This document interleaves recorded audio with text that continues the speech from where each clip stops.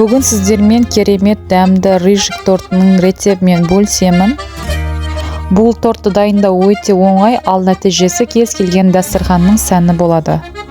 Торт өте дәмді және жұмсақ, нәзік болып шығады. Сіздер де дайындап көріңіздер, менімен бірге болыңыздар. Дайындау үшін бізге 100 грамм сары май, 3 жұмыртқа, ұн және құмшекер, ас содасы және бал керек болады. Барлық керек заттарды осы видеоның астына жазып қалдыратын боламын. Ал енді жасауға кірісек, ең алдымен 100 грамм сары майымызды осындай ыдысқа салып, баяу отта ерітіп аламыз. Сары май еріді, үстіне енді қантты салып, тағы да араластырамыз. Қант еріп керек. Бұл тортты міндетті түрде дайындап көріңіздер, өйткені бұл торт балаларыңызға және ең басты енеңізге ұнайды. Менің күнделікті дайындайтын тортыма айналды. Енді балды да саламыз. Бал бұл жерде менде 3 үлкен қасықтай бал салдым. Балдың түсі осындай менде қоңырлау түс екен. Жалпы кез келген бал болады. Жалпы қолдың осындай нағыз бал болған дұрыс. Дәмі өте керемет шығады. Неке барлығын араластырамыз. Енді үстіне 2 осындай қасық сода немесе 1,5 қасық сода салсаңыз болады. Мен бұл жерде 1,5 кішкентай қасықпен ас содасын салдым. Кішкене осындай көбіктенеді. Және жұмыртқаны да астындағы отты өшіріп, салып жіберіп араластыратын боламыз. Бізде әдемі осындай масса дайын болады. Астындағы отты міндетті түрде сөндіріп тастаңыздар. Жұмыртқаларыңыз пісіп кетпесін, осылай тез-тез араластырып тұру керек. Және кішкене суығасын осындай ыдысқа салдым. Келесі бізде ұнды салып, қамыр илеуді бастаймыз. Ұнды аз-аздан салып, әдемілеп қамыр илеп алатын боламыз. Қамыр қатты қалың да болмау керек, қатты болмау керек. Жайлап осылай араластырып бастаймыз.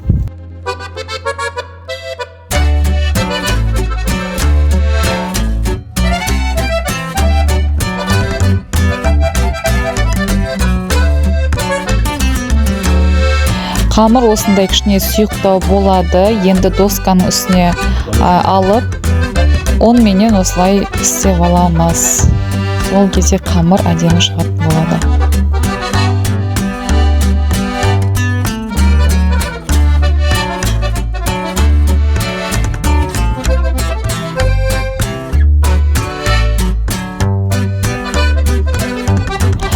Қамыр осылай дайындап алдым. Енді қамырды мен бұл жерде 8 бөлікке бөлемін. Қаласаңыз 10 бөлікке бөліп пісіруге болады, бірақ та мен 8 бөлікке бөлдім.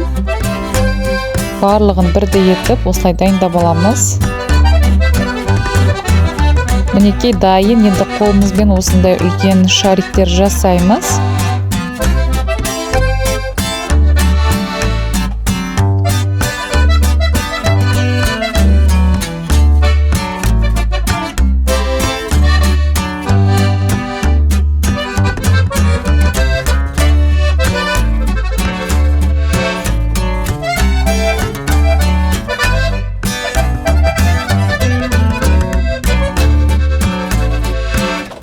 Барлығын дайындап болғасын осындай пакетті орап, холодильникке, салқын жерге қойып қоятын боламыз. 1 немесе 2 сағаттай қойсаңыз болады. Дайындап алдық. Енді кішкене қатқасын. Қамырлар осындай жұмсақ болып шығады. Келесі қамырды ұндап, жайып алатын боламыз. Бұл қамырды осылай ұнын көбірек салып жайып аламыз. Егер де үйде пергамент болса, пергаменттің үстіне осылай салып, пергаментке жайып алсаңыздар да болады. Пергамент жоқ болса, онда ұнын көбірек себіп, ұнменен пісіріп алуға болады. Қыздар, неке жайып дайындап алдым. Енді өлшемін кесу үшін мен осындай крышкадан пайдаланатын боламын. Крышка немесе кальцио, тортқа арналған кальцио пайдалансаңыздар болады. Немесе тарелка, өзіңізге ыңғайлы затты пайдалансаңыздар болады. Неке кесіп алдым. Енді қалған крошкаларын осылай шеттеріне қойып қоям және пісіретін боламын. Вилкамен кішкене тесіп жібердім. Пергаментке салып, пісіріп аламыз. Қыздар 200-220 градуста пісіріп алсаңыздар болады. Менің печкам Асель печка. Осылай тез дайын болды. Мінекей. Ең бірінші пісірген коржигім осындай пергаменттің үстінде еді. Кішкене ұнын аздау сепкен екенмін. Қыздар негізі пергаментсіз осылай ұнға көбірек ұнмен көбірек жайып пісіргеніңіз ыңғайлы болады. Сіздерге кеңесім пергаментсіз осылай пісіріп алыңыздар. Бұл коржиктер өте тез піседі, 8-9 минутта уже пісіп дайын болады. Сол үшін печкаға қарап тұрыңыздар, күйіп кетпесін. Барлығын осындай крышкамен кесіп дайындап алдым. Барлығын бірдей етіп 8 коржикті пісіріп дайындап алдым. Көріп тұрғандарыңыздай коржиктердің цветтері өте әдемі, түстері өте әдемі шыққан. Қатты қызартқан жоқпын. Ал енді шетінде қалған осындай корждарын блендердің көмегімен езіп алатын боламын. Егер сізде блендер жоқ болса, онда оқтаудың көмегімен ессеңіздер болады. Менде шетінде қалған корждары аздау болды, сондықтан бір коржикті осылай езіп алдым. Бұл торт менің отбасыма өте қатты ұнады, және екі кішкентай балапаныма да өте қатты ұнады. Ең бастысы енемнің көңілінен шықты. Енді күнделікті осы рецептпен пісіретін боламын. Ал енді салмасын жасаймыз. Бұл жерде менде президент қаймағы 25% қаймақ екен. Кез келген қаймақ түрін пайдалансаңыздар болады. Қойытылған сүт, яғни сгущенка салсаңыздар болады. Бұл жерде менде үлкен 5 қасықтай, 5 немесе 6 қасықтай салынды сгущенкамыз, және екеуін жақсылап миксерлеп аламыз. Кремге негізі өзіңізге ұнаған кез келген крем түрін пайдалансаңыздар болады.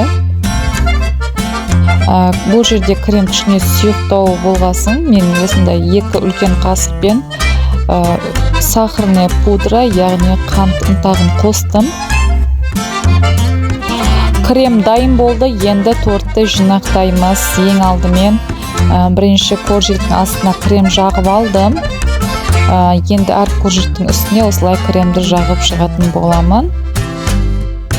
Менде жеті коржик қалды. Барлығын осылай дайындап, тортымызды жинақтап алдық.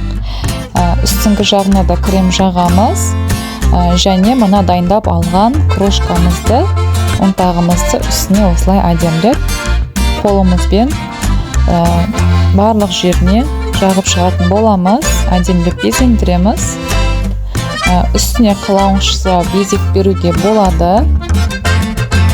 Көріп тұрғандарыңыздай, қыздар, бұл торттың жасалуы өте оңай. Міндетті түрде дайындап көріңіздер. Мен үстіне осындай қалған кремнен осындай әдемілеп безек бердім. Ал енді торттың үстіне пищевой пленкамен орап, немесе пленкамен орап, мұздатқышқа 3-4 сағатқа қойып қойсаңыздар, өте жақсы кремі сіңеді. Бұл жерде мен кремді сіңдірмей сіздерге көрсетуді шештім. Мінекей біздің рыжик тортымыз осымен дайын болды. Өте оңай. Менің каналыма тіркеліп кетуді ұмытпаңыздар. Қоңыраушаны міндетті түрде басып қойыңыздар, өйткені мен сіздерге жаңа рецепттермен бөлісіп отыратын боламын. Сіздермен бірге болған шеф Айсу каналы.